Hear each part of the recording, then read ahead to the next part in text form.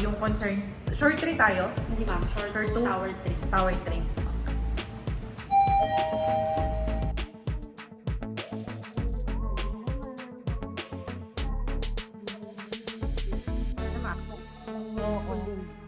For the third time. Batiin mo yung anak mo. Nanonood siya ng vlog. Ay, Latina! Artista na si Mami. Tuwa ba siya nung napanood mo? Nagulat siya? Na ako. Siya sa YouTube eh.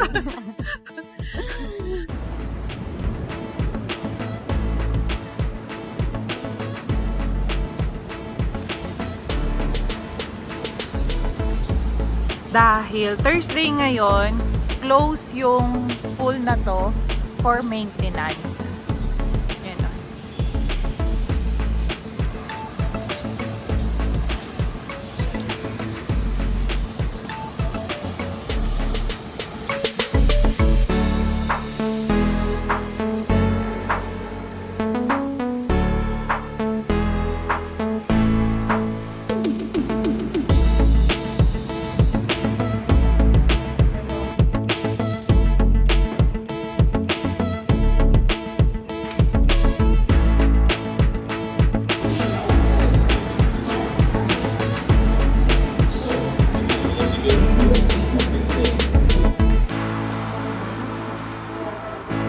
For third time na to, sana maayos na perfect na yung turnover.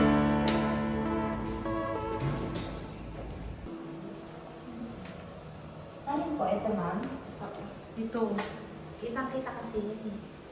Ito po mismo. Ayun, ano ko pa yun? Oo. I-PO niyo po ulit.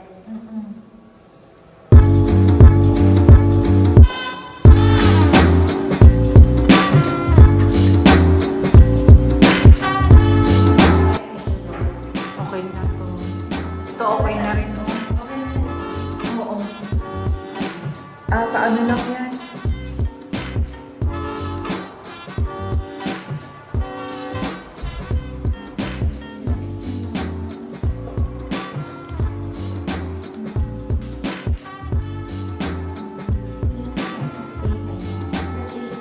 Replacement na lang po lang, no?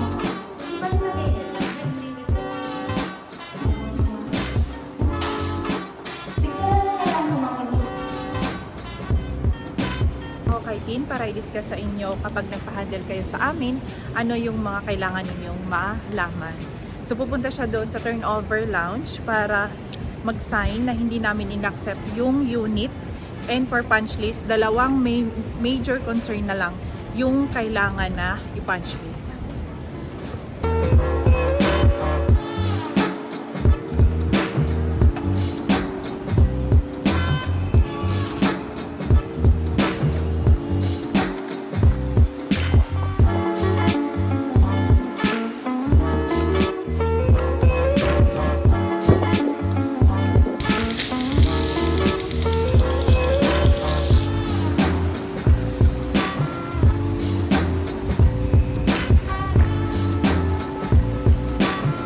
I-discuss ko sa inyo kung ano yung mga kailangan ninyo kapag nagpa-handle po kayo sa amin. First is, introduce ko muna kung ano yung ginagawa namin. So, from turnover, and then sa furnishing or interior, leasing, hanggang sa move-in assistance, hanggang sa tenant management, move-out assistance, and restoration of the property, kaya po namin ibigay sa inyo yung services na to.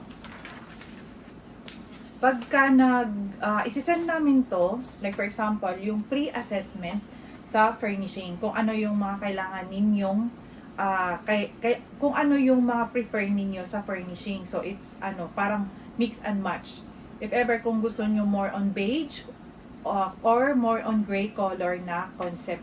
And then, magsisend kami ng Google form, fill upan ninyo kung ano yung gusto ninyo na basic furnishing.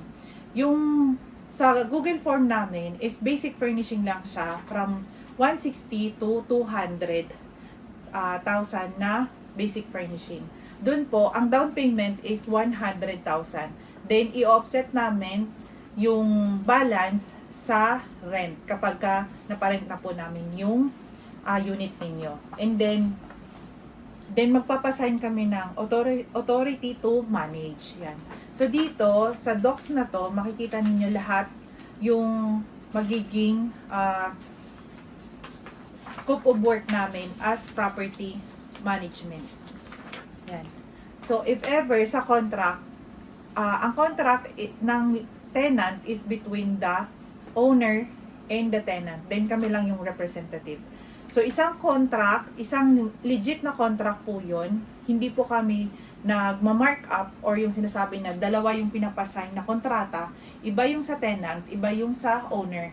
Mostly, ang ginagawa kasi yun kapag ka nag-mark up yung ahente or yung nagmamanage ninyo. So, iba yung dinideclare nila na price sa tenant, iba din yung sa owner. Like for example, naparent pala nila yun ng 27, ang i-declare lang sa inyo is 25,000. Yun po yung markup.